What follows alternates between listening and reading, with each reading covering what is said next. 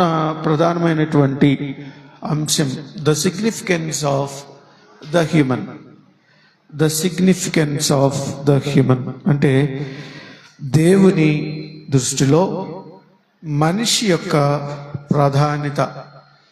దేవుని దృష్టిలో మనిషి యొక్క ప్రాధాన్యత. దేవుని దృష్టిలో మనిషి యొక్క ప్రాధాన్యత.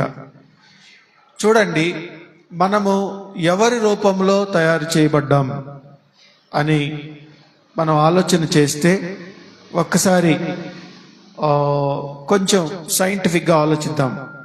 9:13 అయింది.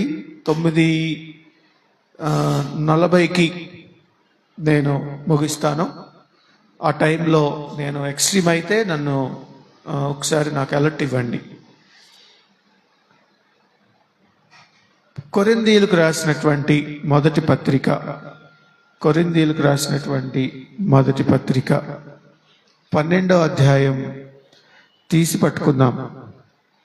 కొరింథీయులకు రాసినటువంటి మొదటి పత్రిక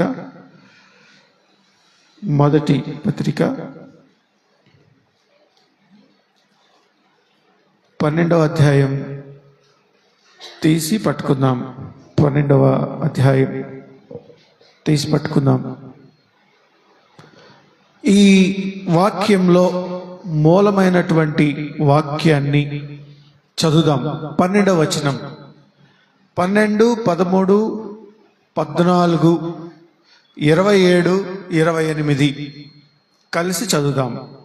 12, 13, 14, 27, 28 ఈ వాక్యాన్ని కలిసి చదువుదాం. 12వ అధ్యాయం 12, 12. 12వ అధ్యాయం 12, 12. ఎలాగు శరీరము ఏకమై ఉన్నను అనేకమైన అవయవములు కలిగి ఉన్నదో, ఎలాగు శరీరం యొక్క చదవాలి. అందరూ ఎవరి దశలో వాళ్ళు ఉన్నారు, చదవాలా? Please read along with me. చదవాలి. తెలుగులో తెలుగు వాళ్ళు, ఇంగ్లీష్లో ఇంగ్లీష్ వాళ్ళు, తమిళ్లో తమిళోళ్ళు. ఎలాగు శరీరము ఏకమై ఉన్నను అనేకమైన అవయవములు కలిగి ఉన్నదో, ఎలాగు శరీరం యొక్క అవయవములన్నీ అనేకములై ఉన్నను ఒక్క శరీరమై ఉన్నవో, అలాగే క్రీస్తు ఉన్నాడు. ఎలాగనగా యూదులమైనను గ్రీసు దేశస్థులమైనను దాసులమైనను స్వతంత్రులమైనను మనందరము ఒక్క శరీరములోనికి ఒక్క ఆత్మయందే బాప్తిస్మము పొందితిమి. మనందరము ఒక్క ఆత్మను పానము చేసిన వారమైతమి. శరీరము ఒక్కటే, అవయవముగా ఉండక అనేక అవయవములుగా ఉన్నది. అటువలే మీరు క్రీస్తు యొక్క శరీరమై ఉండి వేరువేరుగా అవయవములై ఉన్నారు. మరియు దేవుడు సంఘములో మొదట కొందరిని అపోస్తలుగాను, పిమ్మట కొందరిని ప్రవక్తలుగాను, పిమ్మట కొందరిని బోధకులుగాను, అటు పిమ్మట కొందరిని అద్భుతములు చేయువారిని గాను, తరువాత కొందరిని తరువాత కొందరిని స్వస్థపరచు కృపావరములు గలవారి గాను, కొందరిని ఉపకారములు చేయువారి గాను, కొందరిని ప్రభుత్వములు చేయువారిని గాను, కొందరిని నానా భాషలు మాట్లాడువారిని గాను నియమించెను. రైట్. ఒకసారి జాగ్రత్తగా గమనించండి. The significance of the human being. మనిషి ఆది కాండంలోకి ఒక్కసారి మనం వెళ్దాం. ఈ బైబిల్ ఇలాగే ఉంచి ఈ రిఫరెన్స్ ఆది కాండంలో 1వ అధ్యాయంలోనికి మనం వెళ్దాం. 1వ అధ్యాయంలోనికి మనం వెళ్దాం. 26వ వచనం. ఒకటి, దేవుడు దేవుడు మన స్వరూపమందు మన స్వరూపం మన పోలిక చొప్పున మన పోలిక నరులను చేయుదము. నరులను చేయదు. వారు సముద్రపు చేపలను, వారు సముద్రపు చేపలను, ఆకాశ పక్షులను, ఆకాశ పక్షులను, పశువులను, ఆ, సమస్త పశువులను, భూమిని, సమస్త భూమిని, భూమి మీద ప్రాకు ప్రతి భూమి మీద జంతువును ప్రాకు ప్రతి జంతువును ఏలుదురుగాకనియు ఏలుదురుగాకనియు పలికెను. పలికెను. ప్రియమైన దేవుని బిడ్డలారా, ఒక్కసారి గమనించుదాం. దేవుడు ఎవరి రూపంలో మనల్ని తయారు చేశాడు? ఆ? ఆయన స్వరూపమందు, ఆయన స్వరూపమందు మనల్ని తయారు చేశాడు. ఇప్పుడు చెప్పండి, మనం ఎవరి రూపంలో ఉన్నాం? ఇటు ఇటు అనిల్, కొంచెం ఇటు ఈ కార్నర్ సన్నమైట్రా నా దగ్గర ఇంకెవరు కదలకూడదు. అటు ఇటు అనిల్ ఈ క్రాస్గా పెట్టు. ఇప్పుడు చూడండి, నేను దేవుడు, మనిషి. మా ఇద్దరికి పోలికలు ఉన్నాయా లేదా? ఉన్నాయా లేదా? సరే, ఇప్పుడు జాగ్రత్తగా చూడాల. మనిషికి ఉన్నటువంటి ఒక గొప్ప ఆలోచన ఏంటంటే, నాదేముందిలే, నేనేంటి, నేను హూ ఐ యామ్ అనే ఒక రకమైన ఏమంటారంటే నోన్యత భావం ఉంటుంది. నా మాటలు అర్థమవుతున్నాయా? నోన్యత భావం ఉంటుంది. ఏంటయ్యా అది అని అంటే, నాదేముంది, నేనేం చేయగలను, నేనేం చేయలేను కదా, నా వల్ల కాదు అని చెప్పి రకరకాల నోన్యత భావం ఉంటుంది. దాని ఇంగ్లీష్లో ఒక మాట ఉంది, చెప్తారా? ఇంగ్లీష్లో ఇంటీరియర్ కాదు, ఇన్ఫీరియర్. Inferior complex. నిజమది, ఇట్స్ ట్రూ. ఏంటంటే, నువ్వెవరో నీకు తెలిస్తే you should not be the silent. If you know the significance of you, you should not be the keep and quiet. ఇది తెలియకే చాలా మంది దేవుని ఆశీర్వాదాన్ని కోల్పోతా ఉన్నారు. Even the whom you are, నువ్వు ఎవరైనా అవ్వచ్చు, ఎవరైనా అవ్వచ్చు. చూద్దాం బైబిల్లో 13వ వచనం ఒకసారి చదువుదాం. కీర్తనలు 1 కొరింథీయులకు 12:13 వచనం చదువుదామా? ఎలాగనగా యూదులమైనను, గ్రీసు దేశస్థులమైనను, దాసులమైనను, స్వతంత్రులమైనను. ఒక్క మాట ఇక్కడ ఆలోచించండి. యూదులమైనను, గ్రీసు దేశస్థులమైనను, 2 దేశాలు వచ్చేసినాయి అక్కడికి.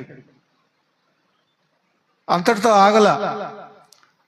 తర్వాత దాసులమైనను, దాసులమంటే ఎవరైనా, whoever on the world.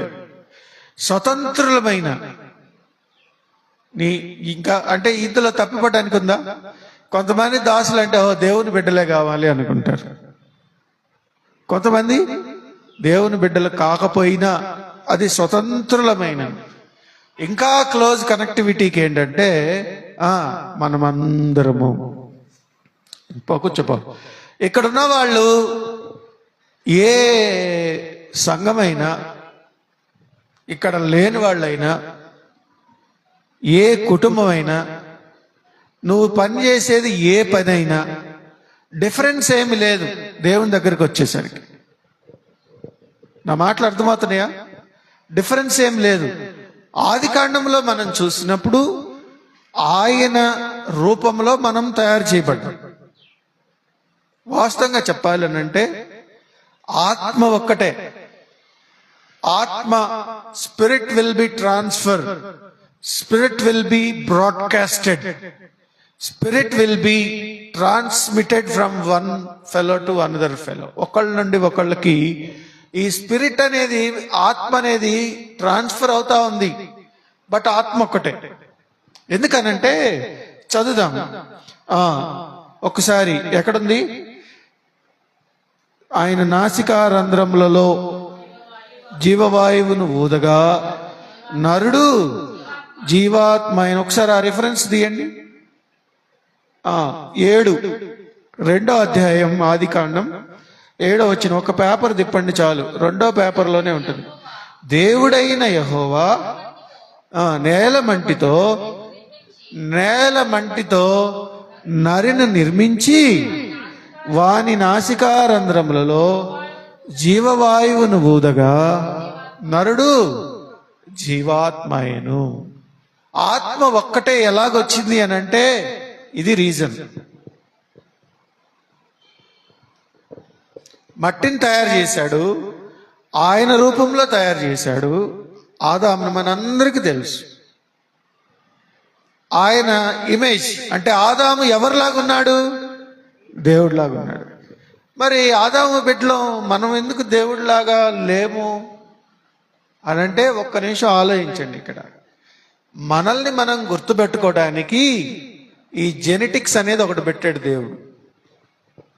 ఇప్పుడు అన్ని ఒకే జిరాక్స్ కాపీలు అనుకోండి, పేజీ నంబర్లు వేస్తాం మనం, ఒకేలాగా ఉంటాయి గుర్తుపట్టడానికి. మనల్ని మనం గుర్తుపట్టుకోవడానికి, మనల్ని మనం ఐడెంటిఫై చేయటానికి ఒక కవర్ దొడిగాడు.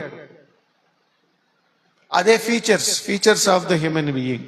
ఇప్పుడు నా బిడ్డకి నా పోలికలు ఎలా వచ్చినాయో, నాకు నా తండ్రి పోలికలు ఎలా వచ్చినాయో, ఆయనకి ఆయన తండ్రి పోలికలు ఎలాగ వచ్చినాయో, అలా పైకి అలా పోతే ఈ ఫిజికల్ రూపం అనేది మాత్రం దేవుని రూపం.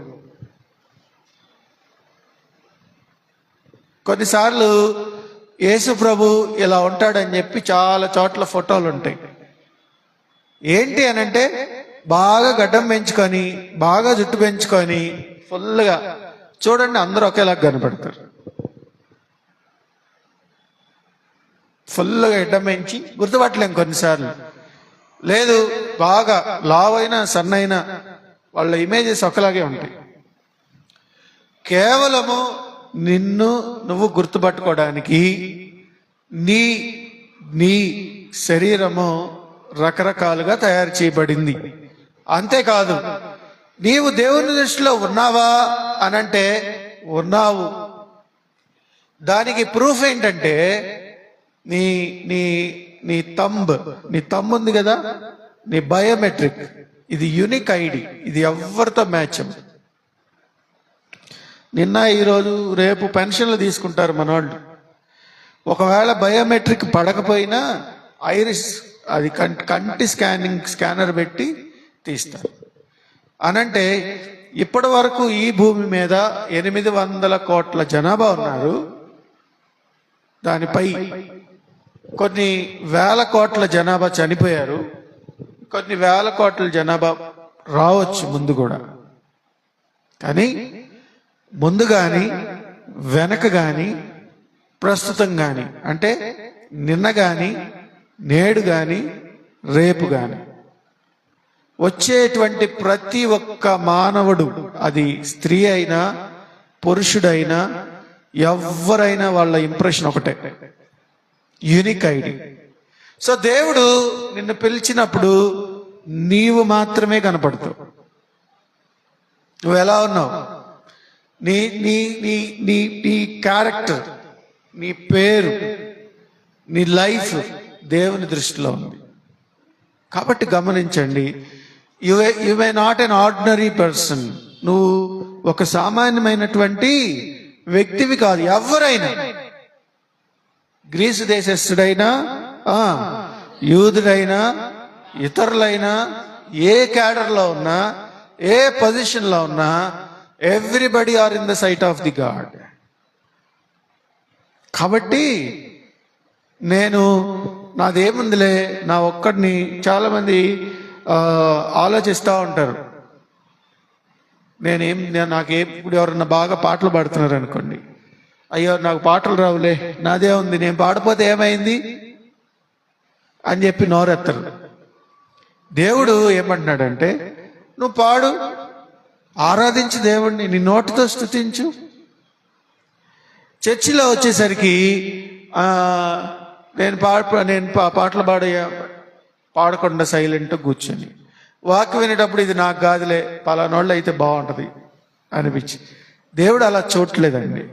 ప్రతి ఒక్కరితో దేవుడు ఉండాలని కోరుతా ఉన్నాడు. ఇంకో విషయం చెప్పనా, ఆయన సిలువలో రక్తం కార్చాడు. ఎవరి కోసం రక్తం కార్చాడంటే మనిషి కోసం. ఎవరి కోసం? మనిషి కోసం. మనిషి కోసం రక్తం కార్చాడు. బైబిల్లో చాలా స్పష్టంగా ఉంటుంది. ఏమంటుందో తెలుసా? ఆయన ఈ లోకంలోకి ఎవరి కోసం వచ్చాడు? పాపుల కోసం వచ్చాడు. ఎవరి కోసం? పాపుల కోసం. ఎవరు మెడిసిన్ వేసుకుంటారు? ఎవరు మెడిసిన్ వేసుకుంటారు? ఎవరికైతే అనారోగ్యంగా ఉంటుందో వారు మెడిసిన్ వేసుకుంటారు. ఈ మధ్య సహజంగా వచ్చేటువంటి కంప్లైంట్ చర్చెస్లో చాలా మంది విశ్వాసులు, బయటపడేవాళ్ళు కొంతమంది, మనసులో పెట్టుకునేది కొంతమంది, ఏంటంటే ఏదైనా దేవుని వాక్యం చెప్పేటప్పుడు ఈ అబ్బాయి ఏంది, ఈ పాస్టర్ గారు ఏంది నా గురించే చెబుతున్నాడు, నాకే చెబుతున్నాడు అనేటువంటి ఒక రకమైన భావం ఉంటుంది. నేనేమంటానో తెలుసా, ఇక్కడికి వచ్చిన తర్వాత we are not in our control. ఎవరు వాక్యం చెప్పినా, ఎందుకనంటే వాక్యము దేవుడై ఉన్నాడు. ఇక్కడ నా సొంతంగా నేను మాట్లాడినా, నా సొంతంగా నేను వాళ్ళ గురించి వీళ్ళ గురించి తప్పుగానో మంచిగానో నెగిటివ్గానో చెప్తే కుదరదు. ఇక్కడ ఇది దేవుని వాక్యం, అందరికీ సంబంధించినటువంటిది. అయితే అందరికీ సంబంధించింది ఎవరికి వెళ్తుంది అని అంటే, ఎవరికి ఏది అవసరం అవుతుందో దేవుడు వారితో అలా తీసుకుని వెళ్తాడు. ఇంకో చిన్న ఎగ్జాంపుల్ చెప్తా. మనము చెయ్యి నొప్పి వచ్చింది, కాలు నొప్పి వచ్చింది, టాబ్లెట్ వేసుకోవాలా? టాబ్లెట్ చేతికి కడతామా? కాలుకి కడతాం? లేదు. బాడీ అంతా వేడిగా ఉంది, ఏం చేస్తాం? మింగుతాం. సపోజ్ చేతికి గాయమైంది, ఇదిగో నా చెయ్యి కోసుకుంది, ఏదో కడతా, ఇబ్బంది లేదు, కడతా. కానీ లోపల ఉన్న గాయం మానాలంటే మెడిసిన్ నోట్లో నుంచి వెళ్ళాలి. ఈ మెడిసిన్ లోపలికి వెళ్ళాలంటే నోట్లో వేసుకుంటే ఎక్కడ ఇబ్బంది కలిగిన ఇన్ఫెక్షన్ ఉందో ఆ ప్రాంతానికి వెళ్ళిపోతుంది. వేసుకున్న టాబ్లెట్ బాడీలో చాలా అవయవాలు ఉన్నాయి, కానీ ఎక్కడ అవసరమో అక్కడికి వెళ్తుంది. అందుకే మెడిసిన్ చేదుకుంటుంది. చిన్నపిల్లలకి జ్వరం వస్తే మెడిసిన్ వేయాలంటే చాలా కష్టం, చేదుకుంటుంది. వాళ్ళు నాన్న తంటాలు పడి వాళ్ళ చేత చేపిస్తాం. అప్పుడప్పుడు గట్టిగా ముక్కు మూసి నోట్లో బలవంతంగా తోసేస్తాం కదా. It's true. ఎందుకు? ఆ చేదైనా ఎట్టకట్ట మింగితే ఆ శరీరంలో ఎక్కడ ఇబ్బంది ఉందో అక్కడికి వెళ్తుంది. కాబట్టి వాక్యం కూడా దేవుని సన్నిధిలోకి మనం వచ్చినప్పుడు, దేవుని వాక్యం మనం విన్నప్పుడు, ఎక్కడ మన ఆత్మీయ జీవితంలో బలహీనత ఉందో, ఎక్కడ మన కుటుంబంలో ఇబ్బంది ఉందో, అంకుల్ పైకి చూడండి నిద్రపోతున్నట్టు అనిపిస్తుంది నాకు, అయితే పర్లే. టీవీ చూసేటప్పుడు కళ్ళు మూసుకున్నట్టు చూస్తామా? పర్లేదు, వినపడుతుందిగా. అంతకంటే ఇంపార్టెంట్ వాక్యం చూడాల. ఎందుకంటే సాతానుడు రెడీగా ఉంటాడు, క్యాప్చర్ చేసుకొని ఇటు తీసుకెళ్తాడు. ఇటు వినేటప్పుడు నిర్ణయుడు అన్ని బాగానే ఉంటాయి, సూపర్. అసలు వాక్యం కాడికి వచ్చిన అబ్బాయి అంత హాయిగా. రాత్రులు చర్చిలో చాలా మంది భలే నిద్రపోతారు. నాకు ప్రతిరోజు ఉదయాన్నే మెలకు వచ్చింది. అసలు బస్సు టైం అవుతుందా, లేకపోతే కాలేజ్ టైం చచ్చినట్టు వెళ్ళిపోతా. ఎప్పటి వరకు ఒక్కరోజు కూడా కాలేజీకి లేట్కి వెళ్ళా నేను ఉద్యోగం చేరాక. ఆదివారం లెగవాలంటే భయం వేసింది, లెగవబుద్ధి కాదు. పొద్దున్నే 4 అలారం పెట్టుకున్నా, పడుకున్నా. ఈరోజు ఆ ప్రార్థన మన ఇంట్లోనేగా. ఇదివరకేమో ఆదివారం వామ్మ ఆడికి వెళ్ళాలని చెప్పి 6 గంటలకు స్నానం చేసినోడిని ఈరోజు 7:30కి చేశా. మన ఇంట్లో కారులో సామాన్ ఈడ దించడం ఎంతసేపు? ఆ కాసేపు పడుకుందాంలే. నిజమండి, మనిషికి ఉన్నటువంటి ఆలోచన. దేవుడు అలా చూడటం లేదు మనల్ని. ఏమని చూస్తున్నాడంటే, చూడండి, దేవుని వాక్యము నీ లైఫ్ మారుస్తుంది. మనం హాస్పిటల్కి ఎందుకు వెళ్తాం? ఏ జబ్బు లేకపోతే వెళ్ళాం. మనం ప్రార్థనకి ఎందుకు వస్తాం? దేవుడు మనతో మాట్లాడాలని కోరుకుంటాం. ఇక్కడ నా కోసమో లేకపోతే అటెండెన్స్ వేయించుకోవడమో దీనివల్ల ఏదో వస్తుంది, ఏదో పోతు కాదు. నీ లైఫ్ని నువ్వు నీ జీవితాన్ని నువ్వు బాగు చేసుకోవడానికి నువ్వు దేవుని మందిరానికి రావాలా. నిజం.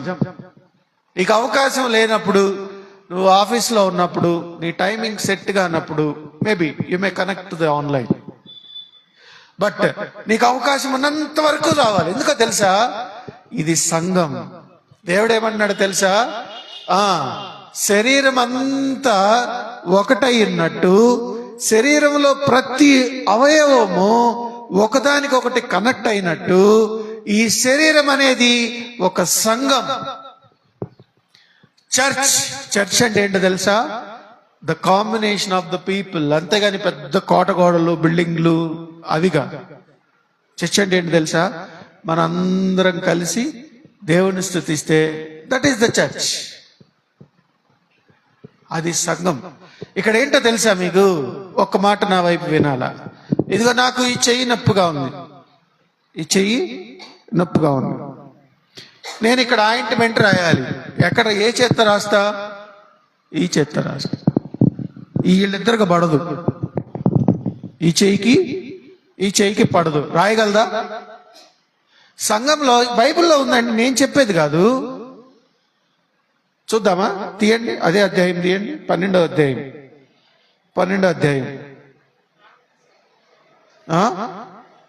చూద్దాం, చదివితే గాని మనకి క్లారిటీ రాదు.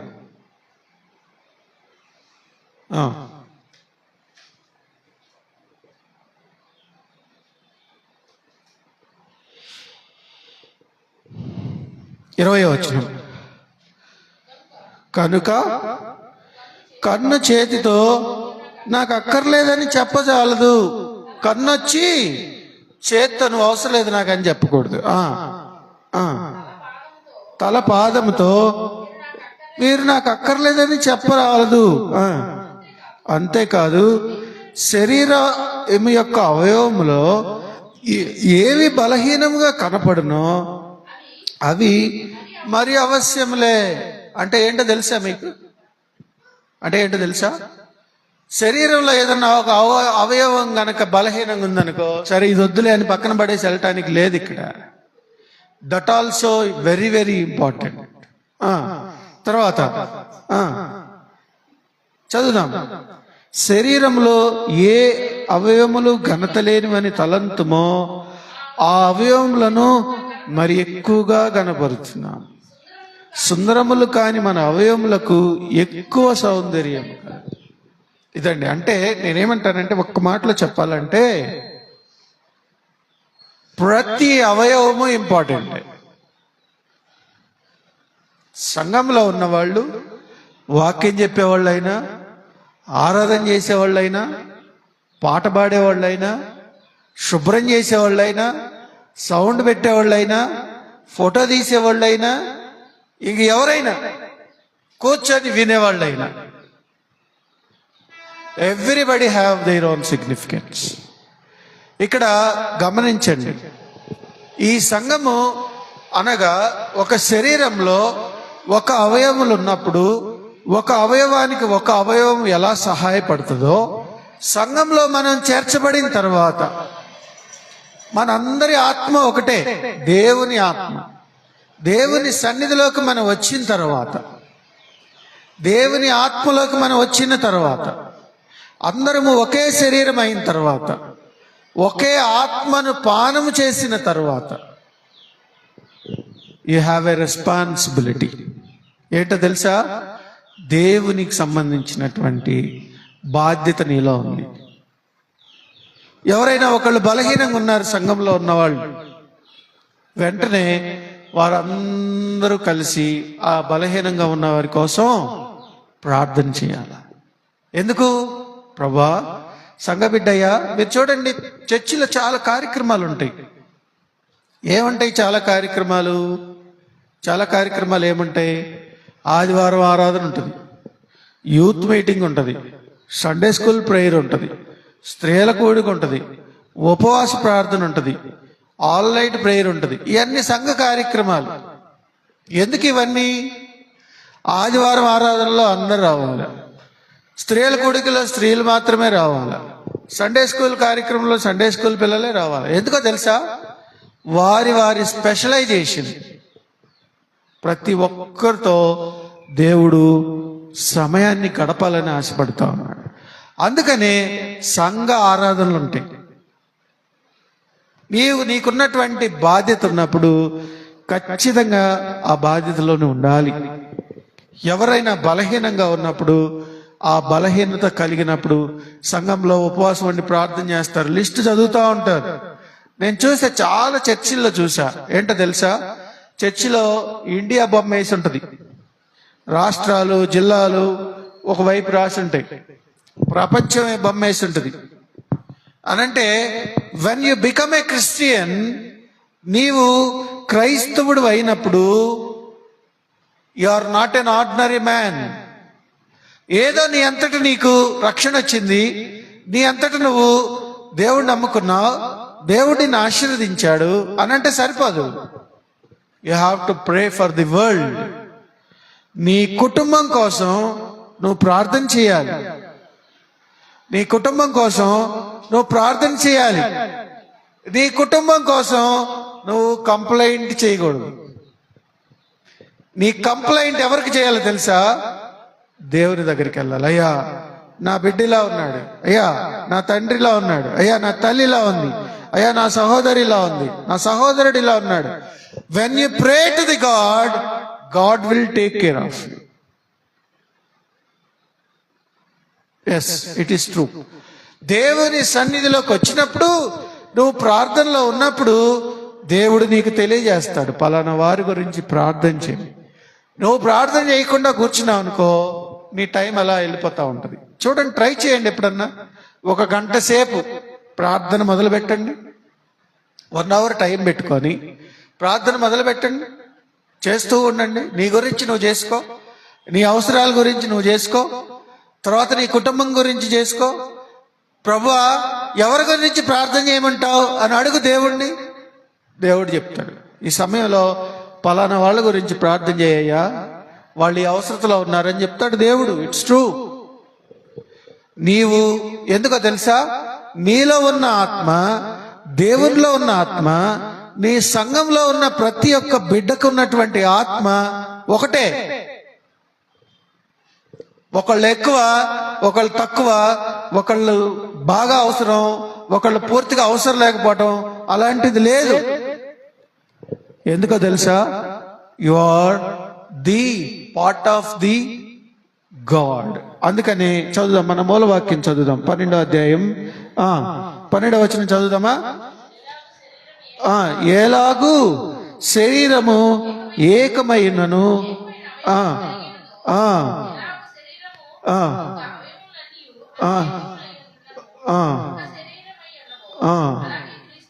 అది మనందరం కూడా we are the parts of the Jesus Christ.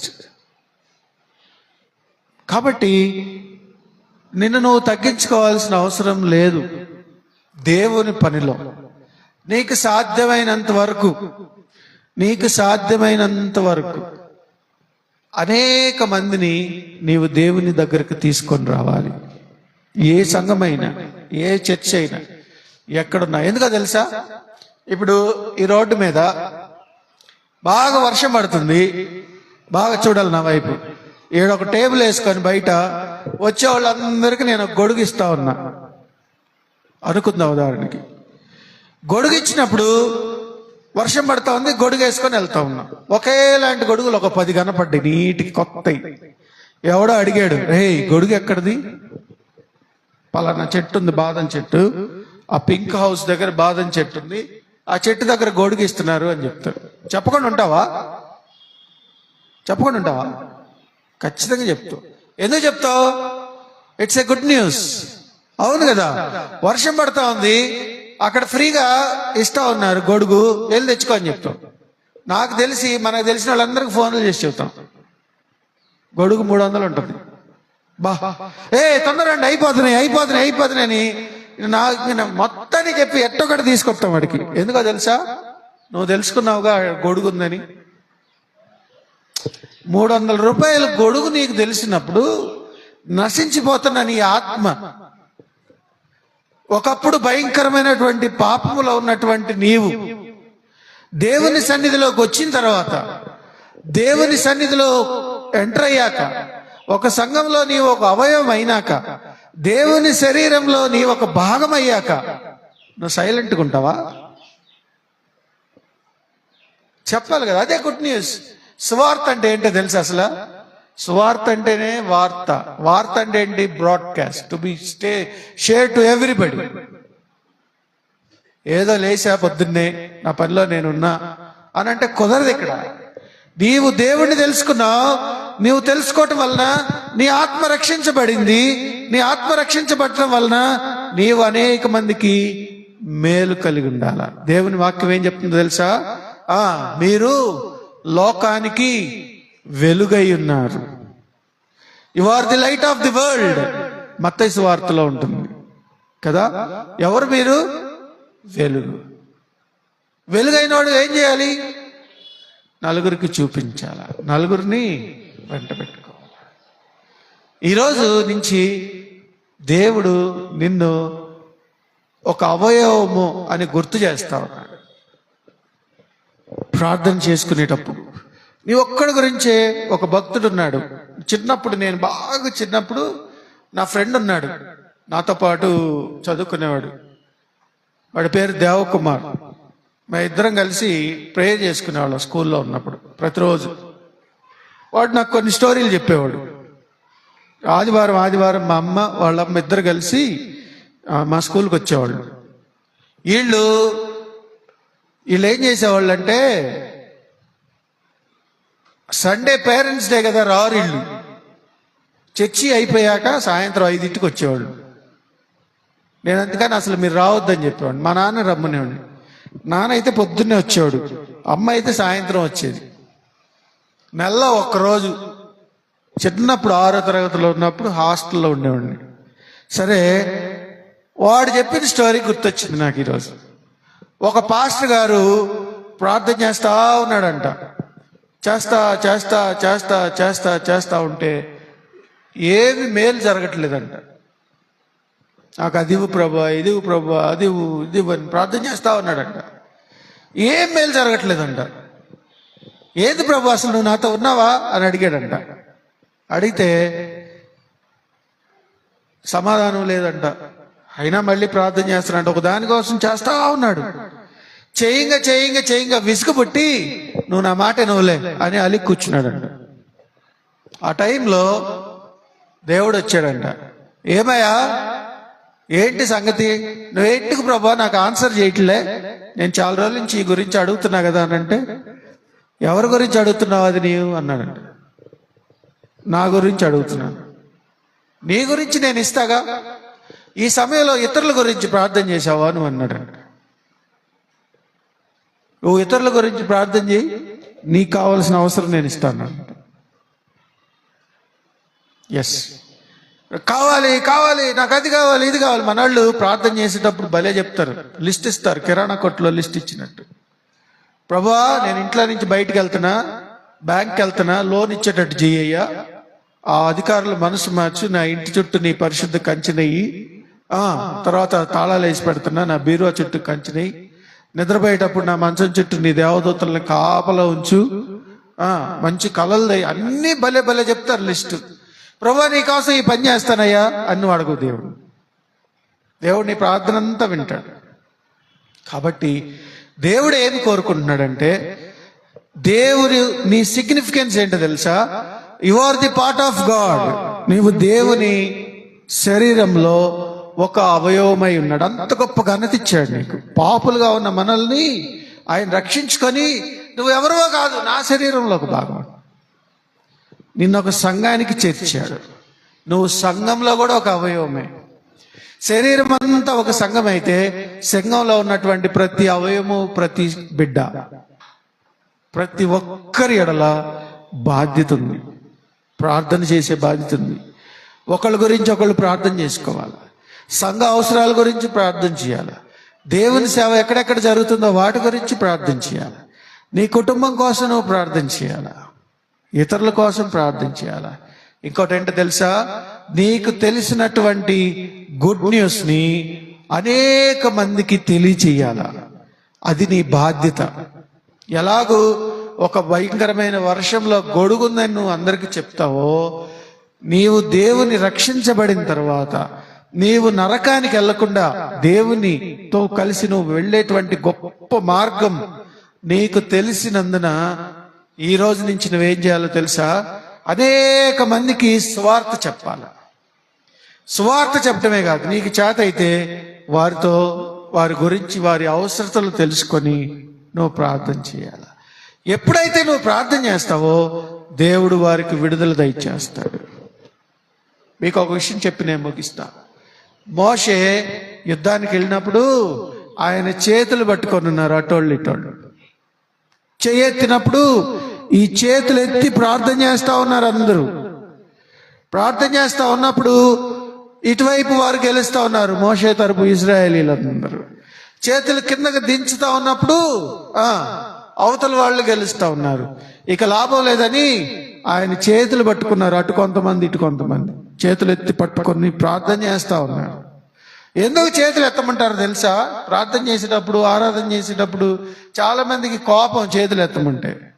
మనం కిలోమీటర్ నడుస్తాం కానీ దేవుని సన్నిధిలో చెయ్యెత్తలేము. ఎందుకో తెలుసా? నువ్వు చేతులెత్తి ప్రార్థన చేసినప్పుడు నీ కాన్సన్ట్రేషన్ అంతా దేవుడి మీద ఉంటుంది. నువ్వు పైకి చూస్తూ దేవా అని చేతులు ఎందుకు చెయ్యి ఎత్తావు అని అంటే నీ అంగీకారాన్ని దేవునికి తెలియజేసినట్టు. ఇదిగో రేపు ఆదివారం ఎవరెవరు ప్రార్థనకు వస్తారో చేయెత్తండి చేయెత్తారు. రేపు క్లాస్కి ఎవరు రావట్లేదు చేయెత్తండి చేయెత్తారు. అట్లాగే నీ అంగీకారాన్ని నువ్వు తెలియజేస్తావు దేవుని సన్నిధిలో. అందుకనే చేతులెత్తి ప్రార్థన చేయాలి. నీకు ఆపద వచ్చినప్పుడు చాలాసార్లు చూసా. ఈ ఎల్ఈఎం స్కూల్లో ఒకవైపు మన షెడ్లో ప్రేయర్ పెడతాం. ప్రతిరోజు ఆదివారం సాయంత్రం సిలువ మిషన్ వాళ్ళు ప్రార్థన పెడతారు. నాకు అనిపించింది, అరే ఇంత పెద్ద వాన ఉంది అరే అంటే అక్కడ వాళ్ళందరూ చేతులెత్తి ప్రార్థన చేసి మధ్యాహ్నం నుంచి కుర్చీలేసి పట్టాలేసి ఫ్లెక్స్లు కట్టి లైట్లు బట్టి సౌండ్ పెడతారు. ఎంత భయంకర వాన అయినా ఆ రోజు వాన ఆగిపోద్ది ఆ టైంలో. నాకు తెలిసి నేను 4 నెలల నుంచి చూస్తున్నా, వాళ్ళ ఆరాధన ఓపెన్ గ్రౌండ్ లో ఒక్కరోజు కూడా ఆగల. మేము ఉదయం నుంచి సాయంత్రం వరకు అక్కడే ఉంటాం.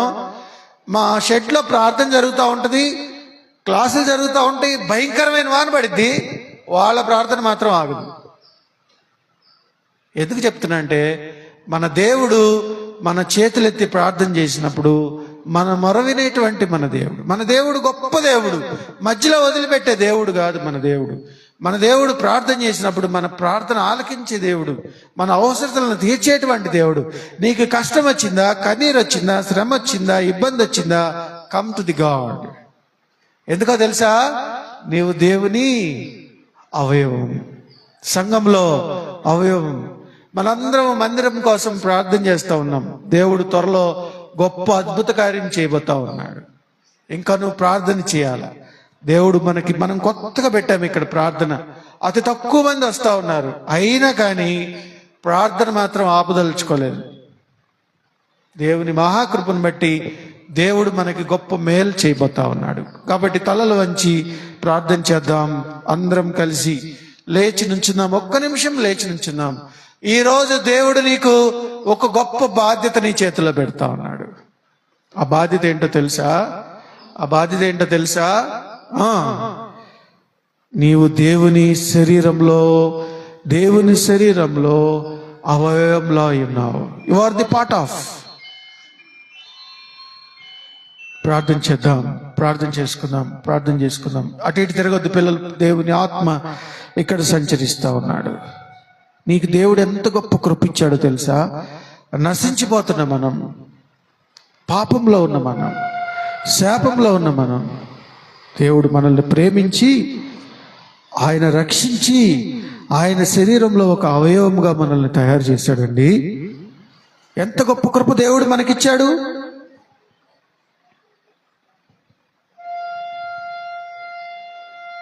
దేవుని సన్నిధిలో మనం మొరపెడదాం, ప్రార్థించేద్దాం. గొప్ప దేవా, నీకు వందనాలు. నీకు తెలిసినటువంటి సువార్త ప్రతిదినము వాక్యాన్ని చదవాలి, ప్రార్థన చేయాలి, అనేక మందిని వెలుగులోకి నడిపించాలి. If you have the time, నీకు టైం ఉంటే చాలా చాట్లు చూస్తూ ఉంటారు, కరపత్రికలు అందిస్తూ ఉంటారు. దేవుని రాకడ సమీపంగా ఉంది, కళ్ళ ముందు భయంకరమైనటువంటి పరిస్థితులు జరుగుతూ ఉన్నాయి. కానీ మన దేవుడు నిన్ను నన్ను ఆశీర్వదించాలని, ఇంకా ఆయన కృప మన ఎడల విస్తరింపజేస్తా ఉన్నాడు. ప్రార్థన చేద్దాం.